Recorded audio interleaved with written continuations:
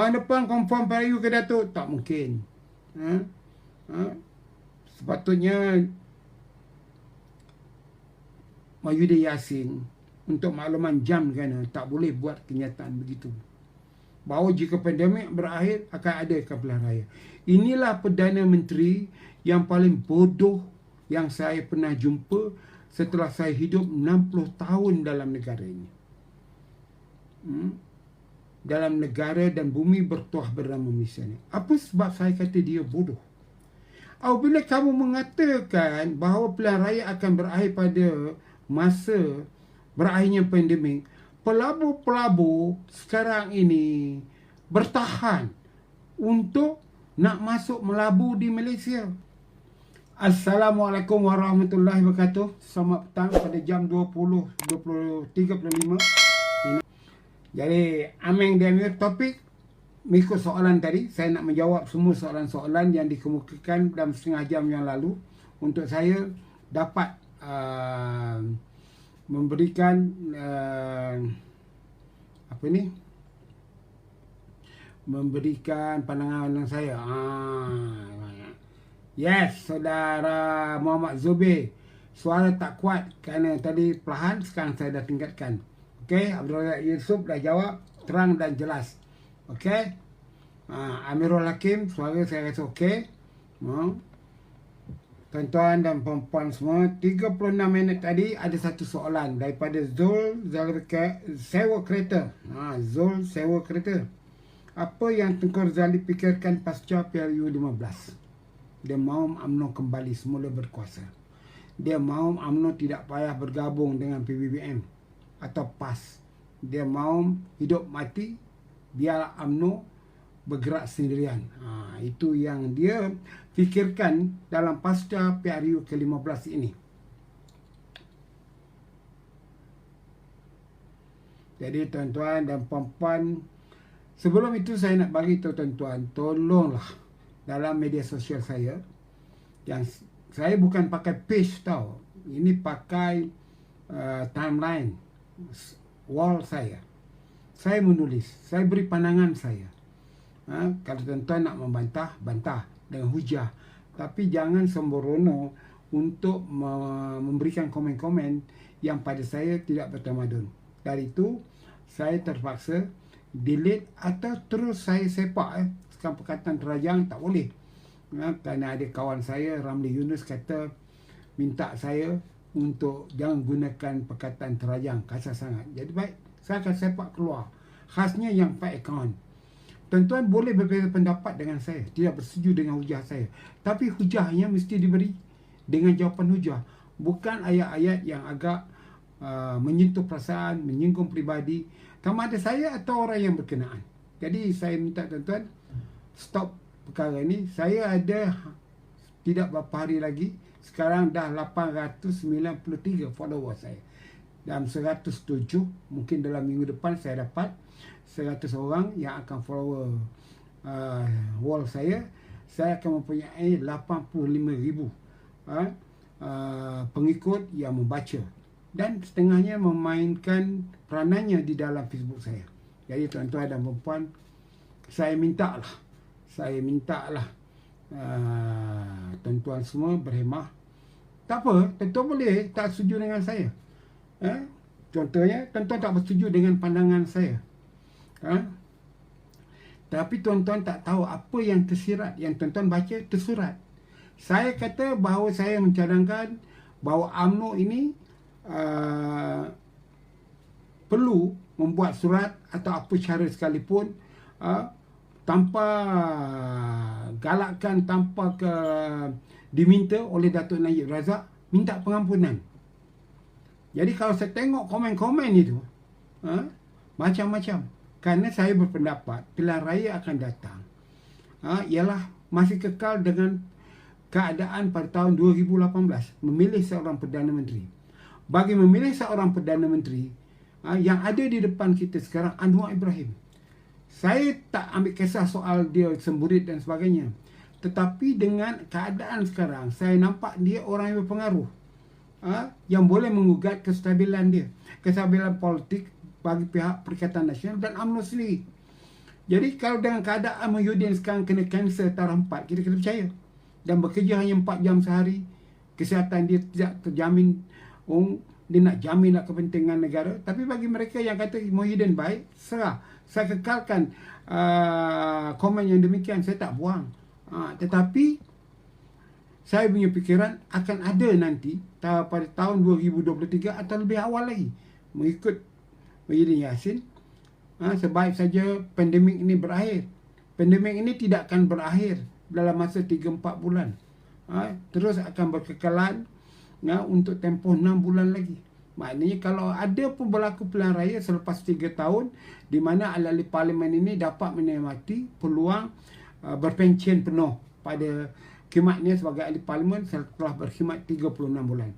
Kalau bawah bulan Mei, mereka hanya penat badan saja. Kecuali para menteri akan dapat sedikit habuan dan sebagainya. Jadi tuan-tuan, saya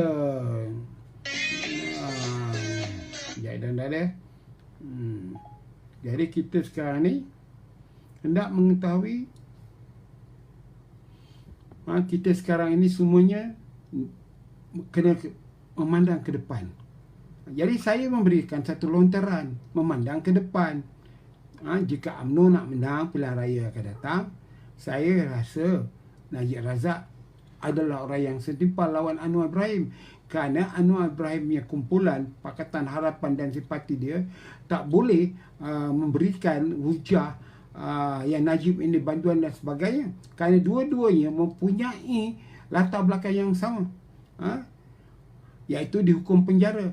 Hanya Najib tidak masuk lagi dalam penjara. Tetapi Najib sudah dikira kalau sebagai seorang bantuan. Itu saja pandangan saya.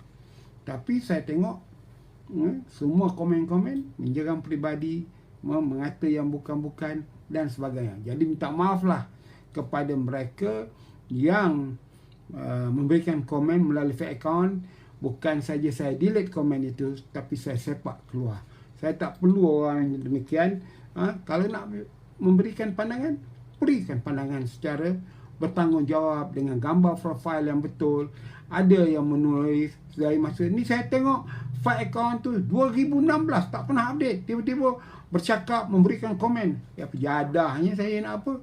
Nak simpan orang macam ni. Maknanya dia buat account ini hanya untuk nak beri komen kepada orang yang tidak sehaluan dia.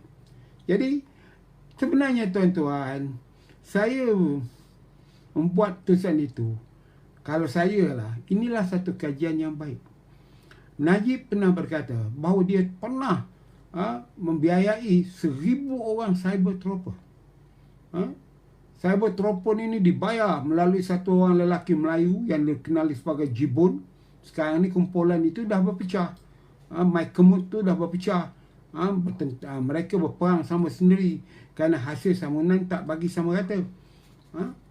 Jadi gulungan kelompok cyber ni, apabila saya tulis itu, kenapa tak masuk mencelah, memberikan sokongan kepada Najib? Kerana yang saya penaikkan cerita itu ialah cerita Najib Razak. Jadi mana dia yang 1,000 orang ni? Mana dia orang yang mendapat habuan-habuan daripada Najib? Jadi mereka berperanan lah untuk mempertahankan, untuk memberikan sokongan. Saya bagi laluan. Ya, saya tidak nafikan. Sebahagian orang Najib ni saya dah blok, yang pakai akaun hantu, yang fake account dan sebagainya, saya dah blok. Kerana dia bukan mempertahankan Najib. Waktu saya menyerang Najib dulu, mereka hentam saya. Jadi mindset saya berterapa UMNO ni great. Orang Kerala pun ataupun orang di Taman Nadu pun lebih baik lagi daripada mereka. Baiklah tuan-tuan, baik kita baca sekarang ni apa komen-komen yang ada. Masa berlalu, jadi kita tak mau membuangkan hari Minggu tuan-tuan semua ni. Okey.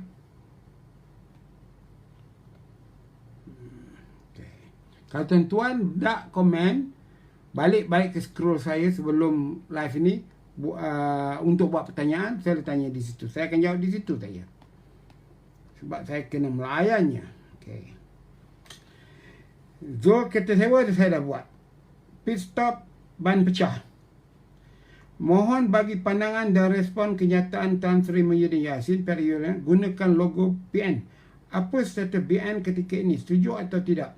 Kita dah jawab tidak bersetuju. UMNO ada entiti dia. Barisan Nasional ada entiti dia. Barisan Nasional badan gabungan. Parti-parti politik UMNO, MCA, MIC dan Kang satu daripada Sabah. PBS. Jadi dari itu untuk nak menggunakan logo PN ini untuk pilihan raya akan datang, walaupun masa itu Barisan Nasional masih lagi berkerajaan campuran dengan Perikatan Nasional, tak mungkin. Begitu juga parti Gerakan Politik Sabah, GPS, mereka ini ada gabungannya. Jadi gabungan ini walaupun tidak berdaftar, belum ada logo lagi, tetapi mereka juga mungkin dan tidak mungkin menggunakan atau tidak menggunakan logo Perikatan Nasional. Saya rasa tidak mungkin. Kerana mereka tidak mahu Sarawak dilihat sebagai pro Kuala Lumpur. Itu jelas. Okay. Azmin dah dedahkan hadiah Perikatan Nasional ni dari Tun. Maka BN jadi cap ayam lepas ini jika tak cari blok baru untuk period 15. Memanglah kita tahu bahawa Tun awal lagi telah merancang program penubuhan kerajaan baru ini dengan menunjukkan Muhyiddin sebagai Perdana Menteri. Tetapi soal yang Azmin tak tanya, yang Azmin tak menulisnya atau menjawabnya, ialah Tun ni sebenarnya tak mahu dipersalahkan jika kerajaan di bawah Perdana Menteri dia ini, DAP tidak boleh dikawal lagi. Dan kerana kita semua tahu, walaupun ditutup mulut oleh parti politik yang memerintah dalam Pakatan Harapan selama 22 bulan itu, iaitu banyak perkara kepentingan orang Melayu ditolak oleh DAP. Jadi Tun cukup takut jika perkara-perkara ini menjadi satu pengetahuan awam bahawa DAP ini sebenarnya dia tak boleh kawal. Ini kesilapan Tun sendiri kerana telah memperakui tanpa DAP dia tak jadi Perdana Menteri. Jadi DAP yang mempunyai kuasa terbanyak 49 kursi, 46 kursi, lebih berkuasa daripada 12 kursi. Kemudian ada orang lompat katak menjadikan 36 kursi.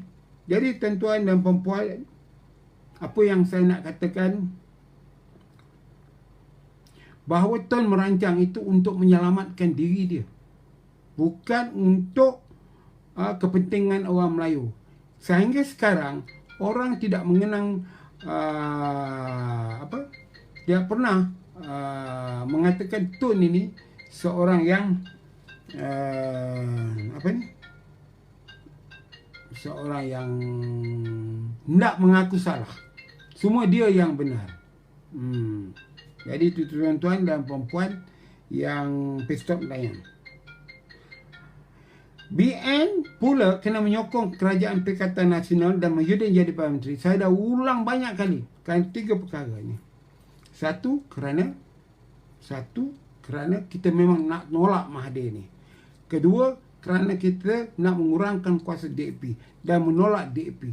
Dan tiga, konsisten UMNO tidak mahu menerima Anwar jadi Perdana Menteri kerana sebelum itu sudah diwawakan bulan November ini Anwar bakal jadi Perdana Menteri.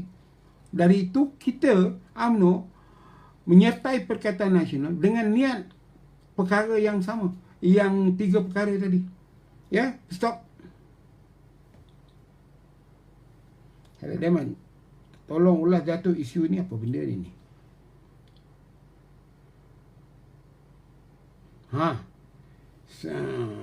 Ini ada satu daripada Helm Dan. Dia kata bahawa sungai yang menimbulkan pencemaran dulu, sungai yang menimbulkan pencemaran dulu masih lagi sekarang ni Sungai, ya, saya buka dia. Daripada Asrwani, dia minta saya ulas Sungai Kim Kim. Pasir Gudang. Insiden pencemaran di Sungai Kim dekat Pasir Gudang, Johor hampir masuki tahun kedua. Namun insiden yang mula dikesan pada tahun 2019 kembali menghantui penduduk sekitar ni. Ini kita kena tanya dengan menteri dia. Menteri dia orang PAS. Jadi harap dia akan menjawablah. Saya tidak boleh menjawab pihak isu ini. Jadi Helen Dean, terima kasih. Dalam isu ini menunjukkan dengan jelas Jabatan Alam Sekitar ini gagal melaksanakan pemantauan berkala. Maknanya setelah hampir 2 tahun, dia pun nak lupa Jabatan Alam Sekitar ni dia buat kerja sambil lewa saja. Jadi terima kasihlah Helen kerana membangkitkan Mel.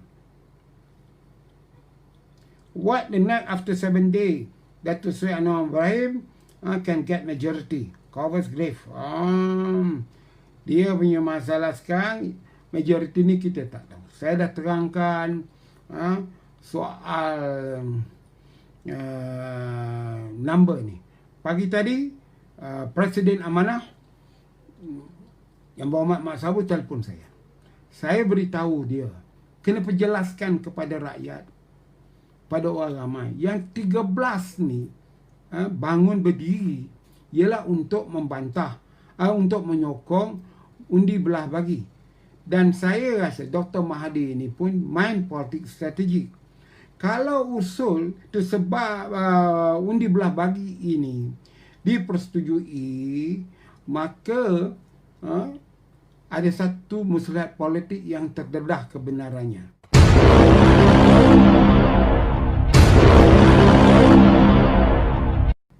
Iaitu sebab Anwar Ibrahim telah pun mengarahkan semua parti PH backbencher kecuali Amanah yang lambat dapat maklumat untuk tidak bangun minta 2/3. Kalau 2/3, minta maaf, bukan 2/3 undi belah bagi ini, undi belah bagi ini, maka kantoilah Dr. Mahathir dengan Anwar ini berterusan tak mahu dia jadi Perdana Menteri. Inilah peluangnya Dr. Mahathir dapat kata orangnya memberi penumbuk sulungnya kepada Anwar yang mengatakan dia ada number. Jadi kalaulah belah bagi ini dan dia berubah kerana Zafrul, Menteri Kewangan, telah persetujui 2 perkara perjuangan UMNO, moratorium dan juga apa dipanggil, EPF ini selesai, dipersetujui. Dari itu dah tentu undi ini untuk belah bagi ini antara parti pembangkang dengan UMNO yang memberi syarat tidak bercantum. Jadi itu sebabnya Pakatan Harapan Anwar Ibrahim mencadangkan supaya jangan disokong pengundian belah bagi ini. Dan di sini Dr. Mahathir tegas bahawa dia mahu tengok di pihak kerajaan berapa yang menyokong dan tapi jika tidak berlaku pengumuman Tengku Zafrul soal 2 isu besar ini yang diberikan bersyarat oleh BN, iaitu moratorium dan juga EPF, mungkin kita akan mendapat satu keadaan yang berlainan. Ini kita faham. Selain Datuk Seri Najib, siapa calon terbaik UMNO jadi PM? Saya belum dapat menjawabnya. Kalau saya sebut nama A, saya sebut nama B, saya sebut nama B, tidak menyebut nama A kata saya dapat makan dedak. Saya duduk dalam reban ayam dia, yang si B punya reban ayam. Dari itu antara Datuk Najib, siapa calon terbaik untuk UMNO jadi PM, itu yang saya kata untuk jalan penyelesaiannya, untuk tidak berpecah di dalam UMNO. Kerana dalam UMNO ini dia tak ada puak, tak ada pecah dua, dia ada kabilah banyak. Ada kabilah Zahid Amidi, ada kabilah Mak Hassan, ada kabilah, tapi mereka ni tak berpecah. Kabilah pun di Arab Saudi pun, puak Badawi ni dia duduk dekat padang pasir tu, berkelompok, diorang tak pecah. Bila Islam diserang, mereka pun bersatu untuk mempertahankan Islam. Jadi dalam UMNO ni yang banyak kabilah sekarang. Ada kabilah A, kabilah B, kabilah C. Saya tak ada kabilah. Kabilah saya tak ada orang, iaitu UMNO. Jadi untuk itu supaya saya cadangkan Najib Razak supaya bertanding balik, tapi dia tak boleh kerana dah dihukum penjara 12 tahun. Jadi kita sama-sama UMNO ni mintalah kepada Pemangku Raja Pahang ke, yang di Pertuan Agong ke, untuk pengampunan, kerana ada peraturan di dalam perlembagaan kuasa pengampunan itu, gunakanlah itu. Kopi. Tidak terlibat. Tahun depan confirm Melayu ke Datuk? Tak mungkin. Sepatutnya Mahyudin Yassin, untuk makluman jam kerana tak boleh buat kenyataan begitu, bahawa jika pandemik berakhir akan ada kabilah raya. Inilah Perdana Menteri yang paling bodoh yang saya pernah jumpa setelah saya hidup 60 tahun dalam negara ini. Dalam negara dan bumi bertuah bernama Malaysia ni. Apa sebab saya kata dia bodoh? Apabila kamu mengatakan bahawa pilihan raya akan berakhir pada masa berakhirnya pandemik, pelabur-pelabur sekarang ini bertahan untuk nak masuk melabur di Malaysia. Atau orang lain yang hendak menambah pelaburannya di Malaysia juga bertahan dulu. Dia kata Malaysia nak buat pilihan raya lepas pandemik, jadi buat apa kita masuk sekarang? Kita pergi jumpa Menteri MITI, kita jumpa Menteri Kewangan, malah kita ada jumpa Perdana Menteri. Tapi kerajaan ni belum tahu lagi boleh menang pilihan raya akan datang. Jadi nanti kita berbaik dengan Kementerian MITI, Kementerian Kewangan, Perdana Menteri, tiba-tiba parti lain meminta, sakit kita. Jadi ini kebodohan. Patutnya tak payah sebut pun bila kita nak adakan pilihan raya. Ashraf Wajidi cadangkan Mahyudin rujuk balik kepada UMNO. Dia punya masalah sekarang, budak pemuda UMNO ni bukannya ada baca sejarah, bukan ada cerdik. Dia punya cadangan untuk suruh Mahyudin masuk UMNO ni sebenarnya dah ada presiden dia dahuluan, Tengku Razali, Tubuh Semangat 46. Apabila UMNO kuat, dia pecah. Tetapi Mahyudin belajar sejarah. Tengku Razali berkorban, sokong balik kerajaan Barisan Nasional, bubarkan parti dia, tapi dia tak diberi tempat.